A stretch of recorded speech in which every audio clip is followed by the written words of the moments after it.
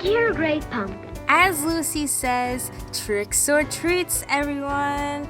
In today's not-so-scary video, we're putting together a Great Pumpkin Halloween party with a selection of 7 DIY ideas for your treat table.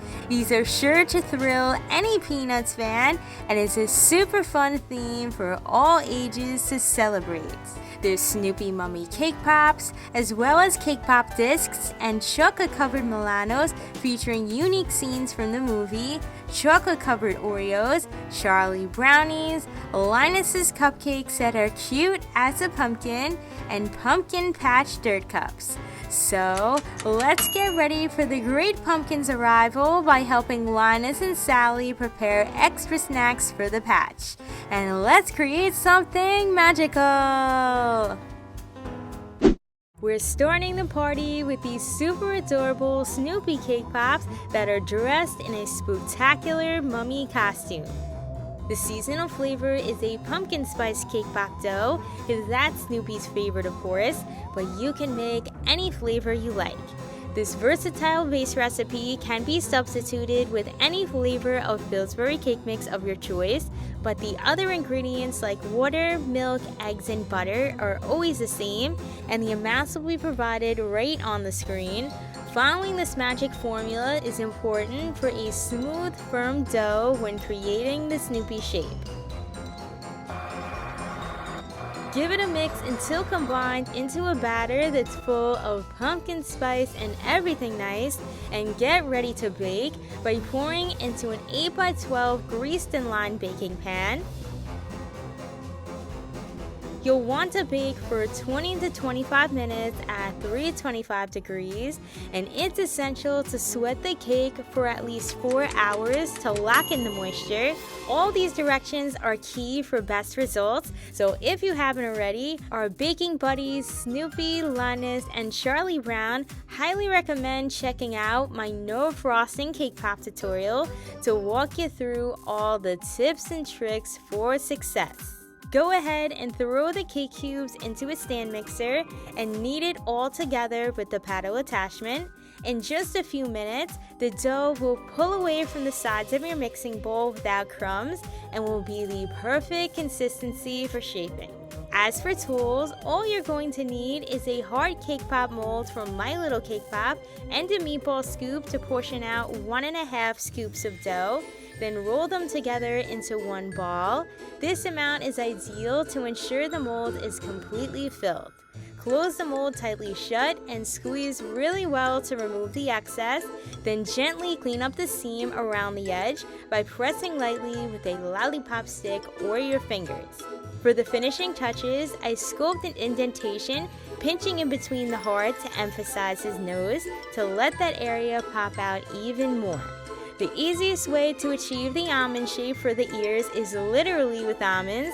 Simply roll small circles of dough and mold around the almond until the front is completely covered. This trick gives the ears a super clean look and is already looking a lot like our favorite beagle Snoopy. It's time to attach the ears by adding chocolate on the back of the almonds as your glue, holding in place for about 10 seconds, and repeat on the other side to finish off Snoopy's signature flappy ears. Continue assembling the cake pop by inserting the sticks. I dip into a small amount of melted chocolate, twist into the bottom of the cake pop, and allow the chocolate to set. After 10 minutes is when I begin dipping in Merkin's bright white chocolate that has been thinned out to a fluid dipping consistency. A smooth coating gives the ears a seamless finish.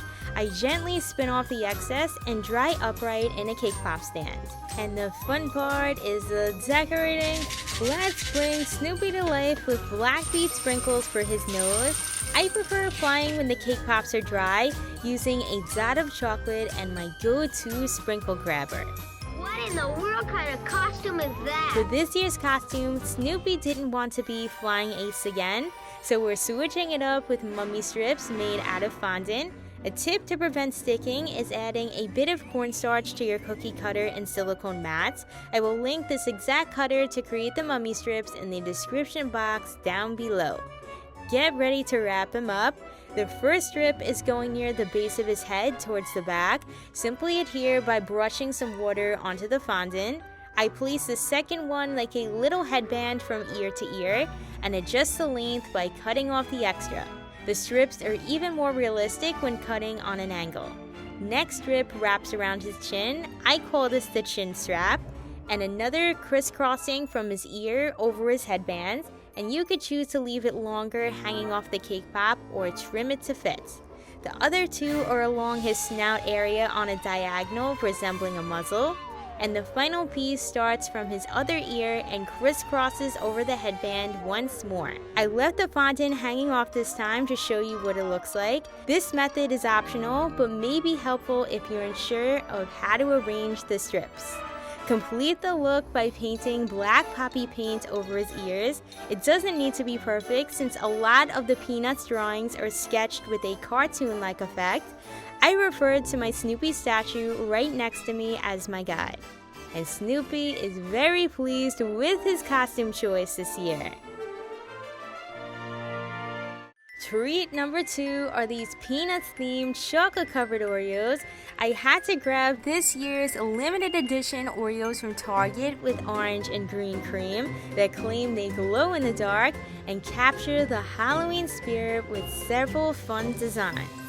Into my Oreo mold, I'm pouring 3 colors of chocolate in yellow, orange, and dark blue.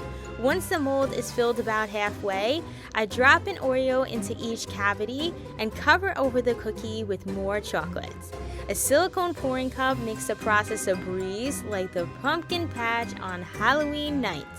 Pop the batch of Oreos in the fridge for 15 to 20 minutes and we have a fantastic canvas to decorate. First design is inspired by Mr. Charlie Brown's famous shirt, achieved with a zigzag cookie cutter and chocolate fondant onto a yellow Oreo attached with edible adhesive for a super simple yet creative design.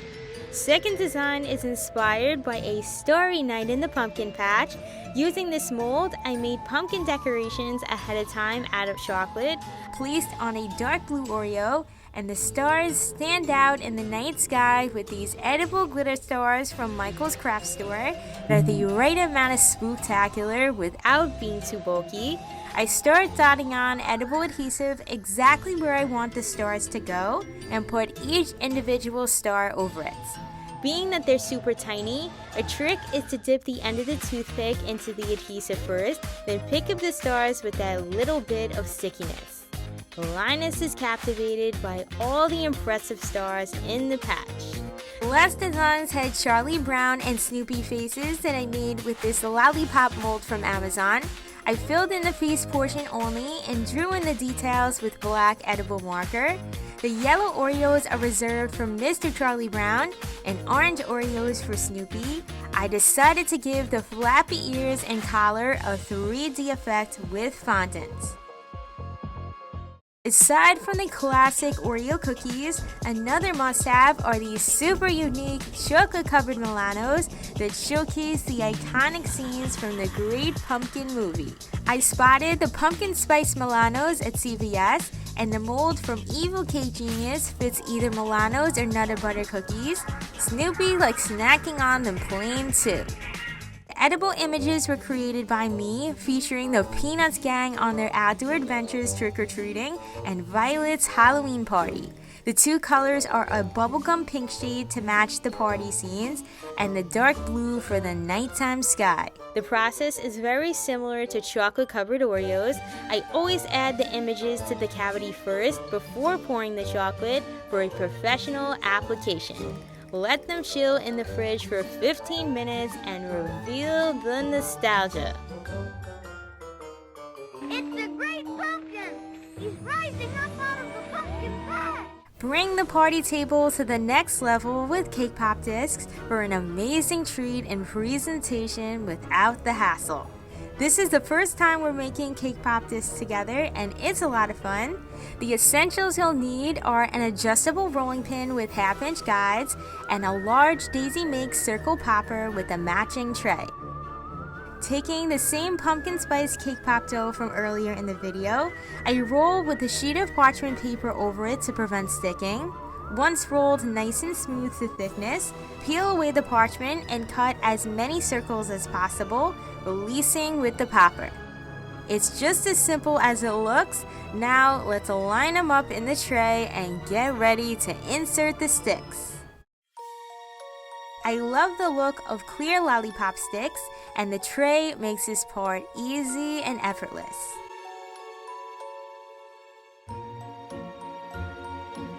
The color scheme matches the same bubblegum pink and dark blue to coordinate with my edible images, and you can find the exact images in my Etsy shop. My discounted shipping is super fast to receive just in time for Halloween. The link to my shop will be in the description box as well. Something extra for that blockhead, Linus?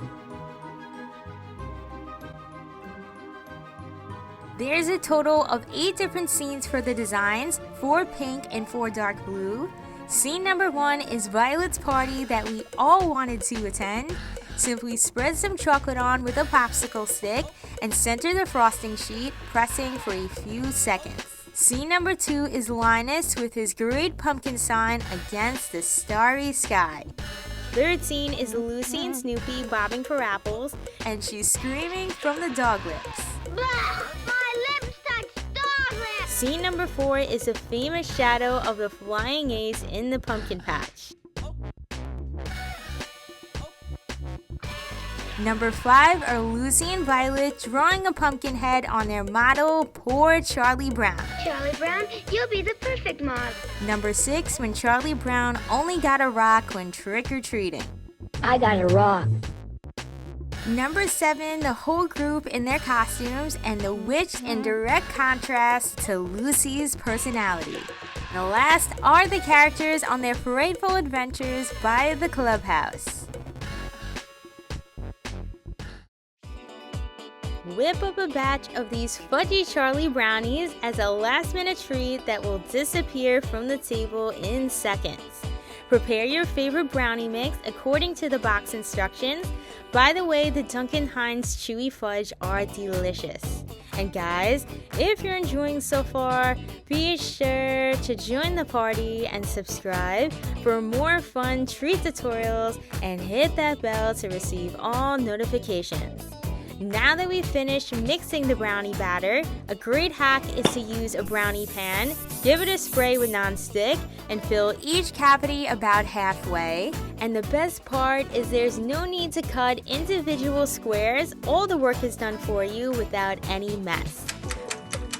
My other favorite trick is to ice the brownies with a pre-made frosting colored with yellow gel food coloring. I melt in the microwave in 10-second intervals until it's a nice dippable consistency, then pour into a small bowl for dipping. Avoid overheating or the frosting may become too runny and the coverage will be too sheer for the brownies. You can also use yellow chocolate if you prefer. However, this method is the fastest and my absolute favorite way to dip the brownies. Last but not least, top off the Cgarlie Brownies with a zigzag pattern to look like a shirt. I use the same cookie cutter as before on the Oreos along with chocolate fondant. Feel free to pipe a zigzag if you don't have fondant on hand. I serve these on this novelty serving platter from HomeGoods of the whole Peanuts gang at Violet's party. Linus wanted to include the cutest cupcakes to welcome the great pumpkin. My cupcake liners were great value brand from Walmart for only $1, and I chose a Pillsbury Perfectly Pumpkin Cake Mix. Pick any cupcake flavor of your choice. As for icing, I know how much people love cream cheese etc. However, that type of icing isn't ideal for flattening, so instead I highly recommend Wilton's Vanilla Buttercream recipe.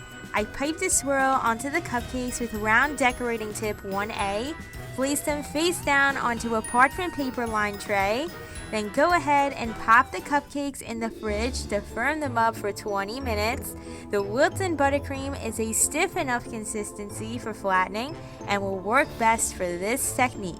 While the buttercream is still cold, grab some vibrant orange sanding sugar, pour a generous pile into a bowl, and turn the cupcake around in the buttercream until it's completely coated with the sparkly sugar. To create the rind effect, Use a chopstick or skewer and rock back and forth until marking a straight line down the middle, along with curved lines on the right and left side by angling the chopstick until achieving your desired look. Before piping the stem, I stabilize with the pretzel stick and pipe a line over it using brown buttercream and star tip number 22 and a leaf made with lime green fondant. An alternative is to pipe green icing on with a leaf decorating tip. Although it's optional, I like keeping the stems stable with the pretzel stick so they hold up well for the party. Hopefully Linus and Sally don't eat all the cupcakes and they manage to save some for the great pumpkin. The final treat on the menu are pumpkin patch dirt cups with character toppers. This is such an enjoyable activity that's perfect for kids to help with.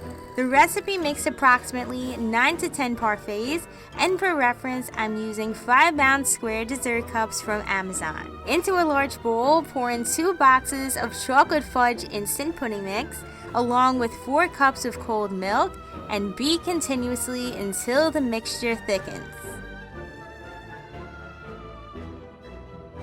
Crush up your Oreos into fine crumbs.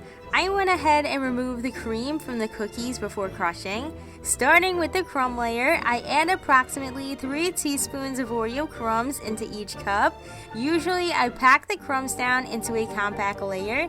Instead, I decided to shake the cup around just to even them out while still having a soil-like texture. Next, I pipe the chocolatey pudding with a pastry bag until the cup is about 3/4 of the way full. Then pile on a few more spoonfuls of crumbs, and even Lucy approves of this super simple, no-bake desserts. Top them off with a sprinkle of coconut grass. I mix shredded coconut with green gel food coloring to add some greenery to the pumpkin patch. I had a lot of leftover coconut grass, so I decided to place the rest inside of a craft box underneath the cups as a creative presentation, and enclose the display with wooden fence panels from Hobby Lobby. The cups aren't complete without our favorite characters. I turned my edible images into sturdy toppers. I put Linus, Cgarlie Brownie, and the Snoopy Mummy on fondant backings, and the Snoopy shadow in the moon has a yellow chocolate backing created with my Oreo mold. And don't forget the festive pumpkin candies.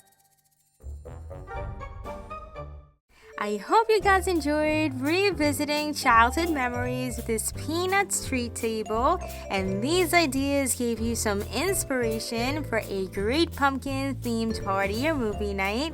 Give this video a thumbs up if it did. It's Christina here. Thank you so much for watching, and I'll see you in the next video.